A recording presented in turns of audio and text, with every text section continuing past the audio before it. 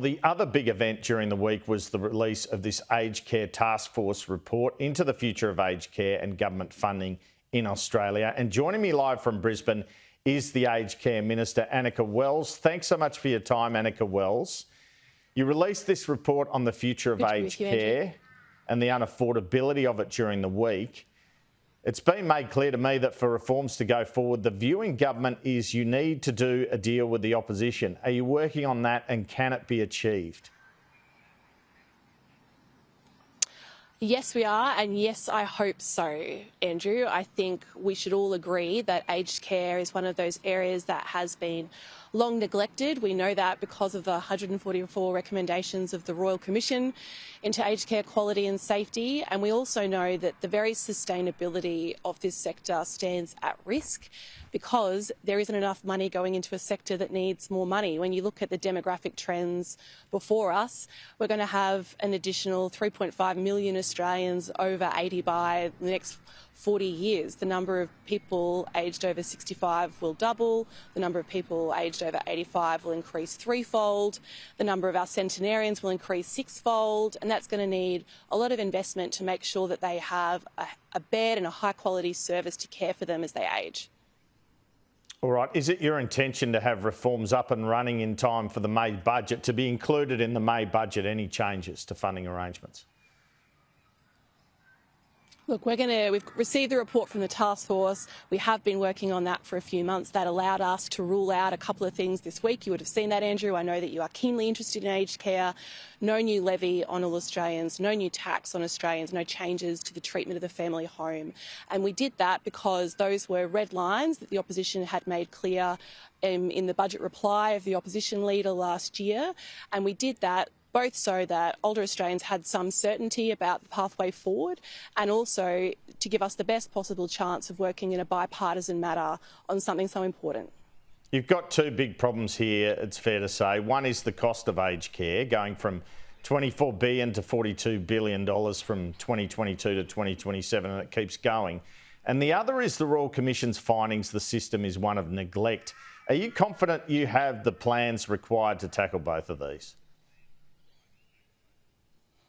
Well, I think when you look at it's a big reform agenda for aged care this term. In the first term of the Albanese government, it was the first piece of legislation that the Albanese government put through the House of Representatives. It was an aged care reform bill, which shows that this is a priority for us. And when you look at the two big pieces of reform before us this year, both how the government responds to the recommendations of the Aged Care Task Force and how the government introduces a new Aged Care Act, it's essentially a grand bargain where everybody in the aged care sector needs more from taxpayers, and together looking at the recommendations of the task force and the new Aged Care Act, I hope to land that. The report says at the moment home care is provided with the taxpayer meeting 95% of the cost. Is one of the reforms you want to progress that, would you like to change that to see a bigger co-contribution? That was certainly the recommendation of the task force, that when you know that older people want to stay home, they want to age in place, they want to stay in their home for as long as they possibly can, and we have a system that is not set up for that at the moment, and we have an additional 45,000 people joining the aged care system each year in the years to come, we're going to need to do something about that. And like Peter Dutton himself said in his budget reply when he pledged to work cooperatively with us on aged care, there's only two places that additional funding for aged care can come from, either from the taxpayers or from the people using those services. So currently, like you say, it's 95% taxpayers contribution, 5% the people who use the services contribution. We need to make sure that we get that balance right so that everybody does get a higher quality service and access to more services, access to services that you can't currently get under home care packages, so that people are set up at home for as long as possible. Indeed, but would you like to see it come down to 75%, which is the contribution at the moment for residential aged care? Look, those are two completely different systems, the way that residential care is set up compared to the way that home care is set up. So the first thing I would say about that is one of the driving goals of the task force, and what I'm trying to do as the aged care minister, is make this system simpler, fairer and easier to navigate. Anyone who's had to grapple with the aged care system when they themselves have had to consider it, or loved ones had a fall and needed some kind of additional care at short notice, knows that it's a Byzantine scheme. So one of the things that we do need to do in the government's response to those recommendations is try and land something that is simpler and easier to navigate. But not willing to nominate at the moment what you'd like that co-contribution to be, what percentage you'd like to see from user pays and what percentage from the taxpayer on home care? My work continues on that one and I'll keep you posted. Okay. Would you consider what the report recommends involving indexing the daily basic accommodation fee, and would you consider perhaps lifting that fee? Look, one of the recommendations of the task force is the general recognition, I think, across the sector that what people pay for by way of basic living expenses and accommodation and hotelling isn't sufficient, either for what they're looking for by way of the standard of the service or by what the aged care providers need in order to provide a sustainable model for them going forward. Essentially, the question of the task force wasn't how do we fix all problems that exist in aged care. It was a very simple and specific question, which is how do we get more funding into a system that needs more funding? All right. So speaking of which, we have this system known as the refundable accommodation deposit, where a lot of residents, I assume, sell their home, provide, say, a $500,000 bond or payment for accommodation, and at present the home can use that money to earn interest to help pay for accommodation, but can't keep any of the capital, can't take the $500,000 goes back to the family if the person passes or if they move or whatever. Would you consider changing the system so the home could keep, for example, 10 or 15% of the capital of that payment? Well, look, that was a recommendation of the task force for government to consider doing that, and it basically agrees with the recommendation of the Royal Commission, which was to do away with RADs entirely, albeit the Royal Commission asked governments to do that by 2025, and the task force said that's too soon and it would need to be a far more phased in transitional scheme in order for everybody to cope. Because let me acknowledge and recognise just how much reform this sector is under at the moment. That's a good thing. It's overdue. People are living there every day hoping that the standards rise after what we all learned in the Royal Commission. But it does mean ultimately we need to balance just how much reform we do at once and how things can be staggered.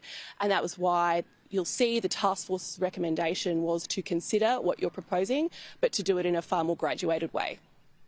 So we can't expect that sort of thing in the next couple of years. That's not on your agenda, that the homes will be able to keep some of that money. Look, the government is considering all 23 recommendations of the task force, and I'd point you to the fact that one of those recommendations was about any change being transitional, because I'm conscious of the fact that we need to bring everybody with us and get that balance right between good reform but also reform that sticks. Because you used the term in your press conference during the week, kicking things down the road. The previous governments have been kicking things down the road.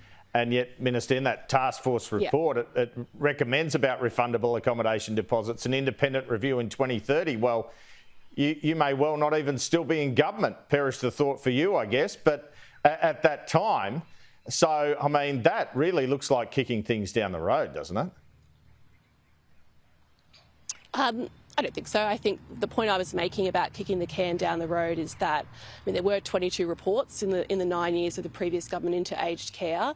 There wasn't anything done about aged care funding, despite these demographic trends being pretty evident and a long time coming.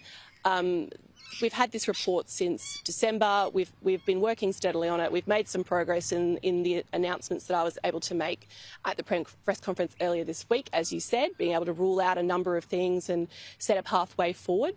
But we've still got to work on the 23 recommendations as a whole, because this is a huge reform. The last time any government did a new Aged Care Act, it was in 1997. It was a Howard-era act. So if the opportunity for a new Aged Care Act and some of the recommendations of the task force would sit within it, if they were adopted by government, we need to do it right. If it only comes along every 30 years, we need to take the time to do it right.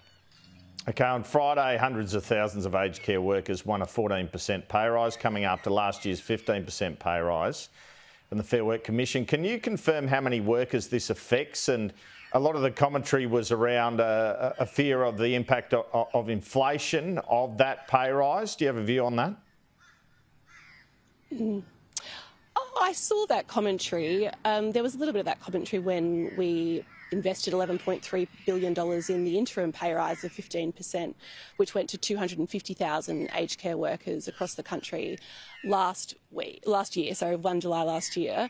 Look, we don't have inflationary problems in this country because our lowest paid workers are earning too much. We have inflationary problems in this country because there is a war in Ukraine, there is uncertainty across the globe, we are in an inflationary cycle. And I'd point those commentators with concerns to the fact that both the RBA Governor and the Treasury Secretary have said that we aren't in a wage price spiral in this country.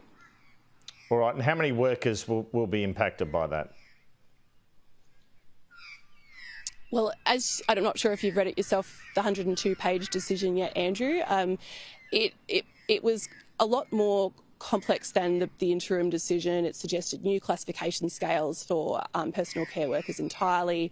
It suggested that the consideration of the work value of nurses be moved off this work value case and into the separate action that the ANMF is taking at Fair Work. So we are still working through the details of all that, as are all of the stakeholders, and we look forward to giving you a government response as soon as we can.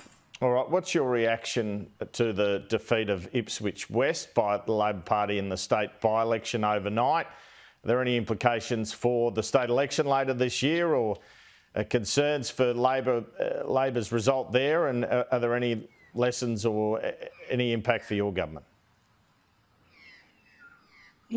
Look, as a member of federal Labor in Queensland, it's always tough for us here.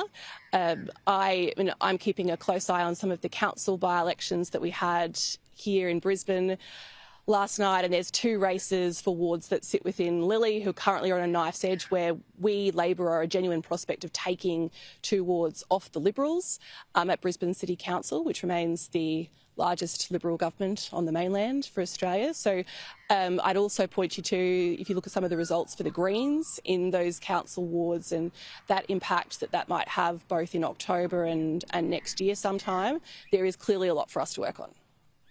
All right, and just finally, I wanted to ask you about this migration issue. The Home Affairs Minister and Immigration Minister came out with warnings late last week the government may have to release more illegal immigrants from detention because of the High Court. Is it time the government started trying to legislate its way out of this rather than throw its hands up in despair at the High Court in relation to this?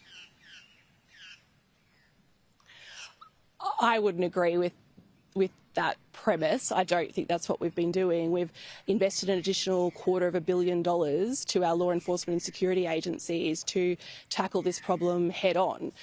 Ultimately, we are working within the separation of powers, and the way that the High Court interacts with the executive is a set of circumstances that we all need to work within. It's not a matter of doing what you say. It's a matter of responding to a series of complex and ongoing circumstances that continue to evolve. Aged Care Minister Anika Wells, thanks so much for your time. Pleasure.